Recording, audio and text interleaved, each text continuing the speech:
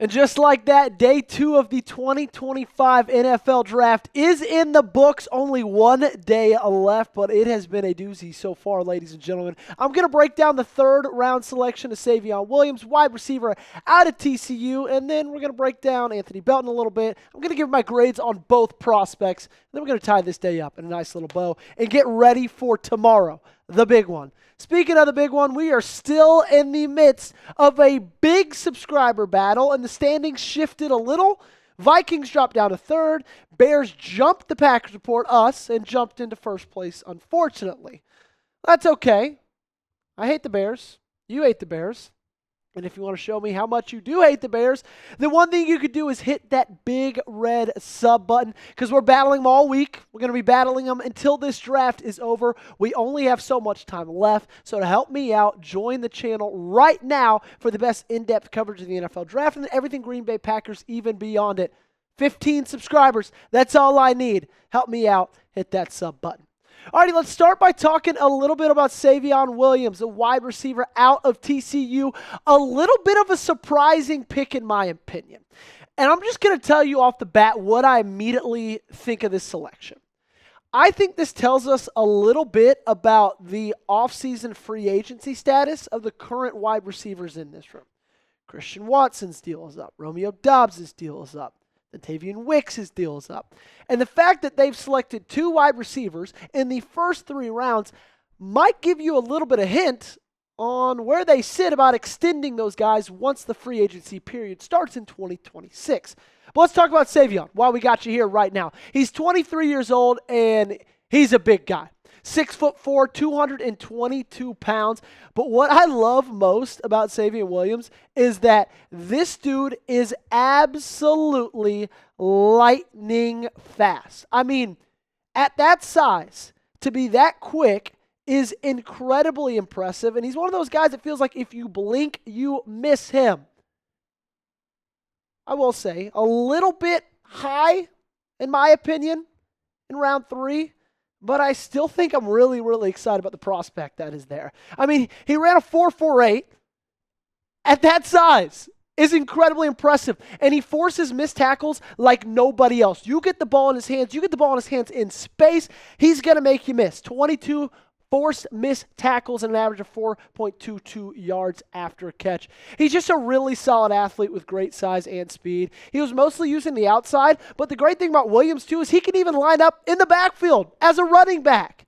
Now, his route tree isn't necessarily incredibly defined, not as defined as I would like it to be, and he does have a tendency to struggle at times with drops, which I know is the last thing that this team needs right now. But to take a risk on a player like this, I don't necessarily see it as a risk. Sure, it's maybe 1 round earlier than I would have liked him to go, but I also had mocked him in the 3rd round before. I think he's a really special talent. And with Christian Watson out for the first 3 months of the season with the torn ACL, I think he's a perfect replacement for him. The size, the speed, the yards after catch ability. This guy could turn into something incredibly special for Jordan Love. Go ahead and get in the comment section for me and grade the pick. I'm going to give you my grade for this one, and then I'm going to give you my grade for Anthony Belton's on the other half of this ad break you might get hit with. But while you get hit with that ad break, go ahead, go down the comment section and give it a grade. I'm going to go A-. I like the player a lot. I really do. I've talked a lot about Savion Williams over this entire last couple months, this pre-draft process. But I think you got bigger needs that you could have addressed. Cornerback being one of them. Defensive end, edge rusher being one of them. And I just don't necessarily know if I saw the need of 2 wide receivers in the first 3 rounds. I would have loved 2 wide receivers in this draft. 1 in the first, hell, awesome. Maybe 1 in the 5th, 6th. But 1 in the 1st and 3rd just seems like a little bit of an overkill. But I can't go less than an A because I really like the prospect. And I think he's going to work. I just think there's a little bit of confusion in my opinion. And I don't want to necessarily say confusion. I think I'm just a little bit surprised. Like, since when did this franchise that seems scared to draft a wide receiver just say, you know what? Forget that. Let's go get 2 in the first 3. So my grade's an A-. I think he could be something really special. He's got all the traits. He's got the size. He's got the speed. He's got the athleticism.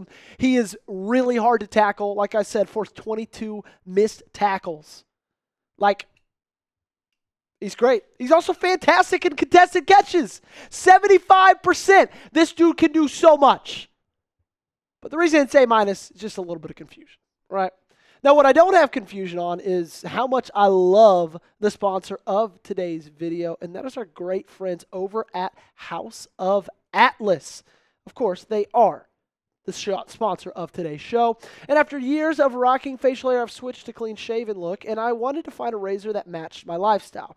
The existing brands out there really haven't innovated in years, and I was excited to see the new brand Atlas on the market. Their razor comes from the creators of the brand Athena Club, a leading women's razor brand, which my wife loves, and they really know what they're doing. The blade head has 5 U.S.-made stainless steel blades that glide right through my facial hair. It is a high-performance serum strip that's infused with ingredients like aloe, vitamin E, and shea butter, which reduces irritation and helps prevent ingrowns.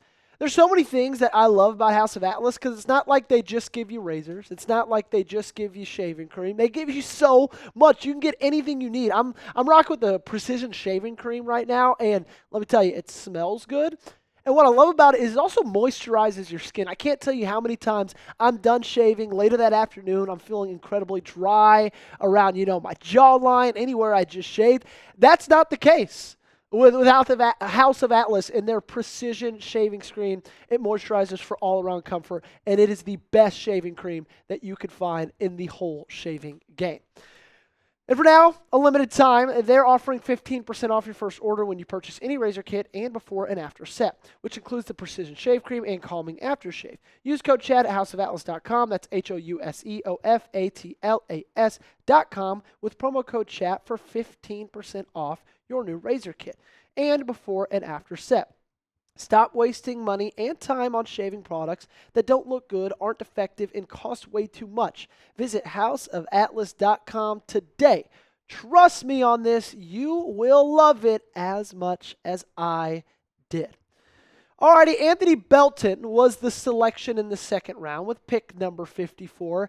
And I will say, although I really like the player that Savion Williams is, and I know we've talked about Savion Williams a good bit already, this one was just as confusing, probably even more confusing. And I said this earlier, but if you missed it, I'm going to say it again for you. Anthony Belton, to me, felt like a sign to Rasheed Walker to say, hey, we're probably not going to extend you. You could look at it the same way as Savion Williams, what he says to guys like Christian Watson and Romeo Doubs. I think Anthony Belton is not going to start this year. I think it's going to be Rasheed Walker and Zach Tom again.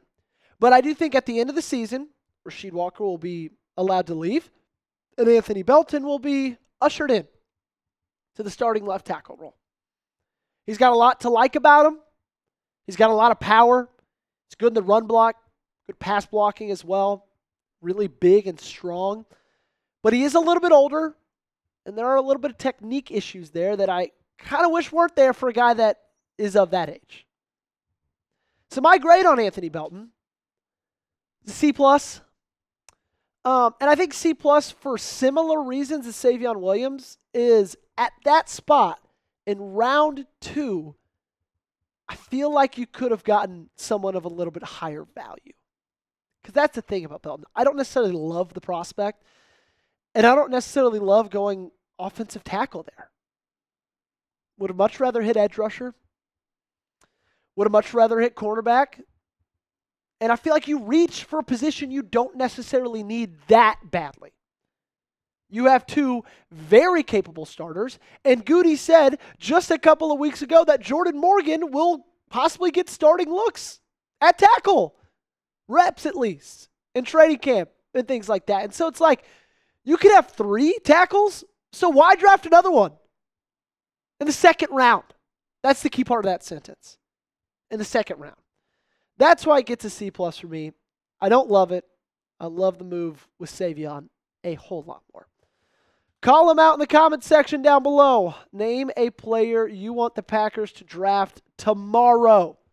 Tomorrow you got a 4th, a 5th, a 6th, and 2 7ths.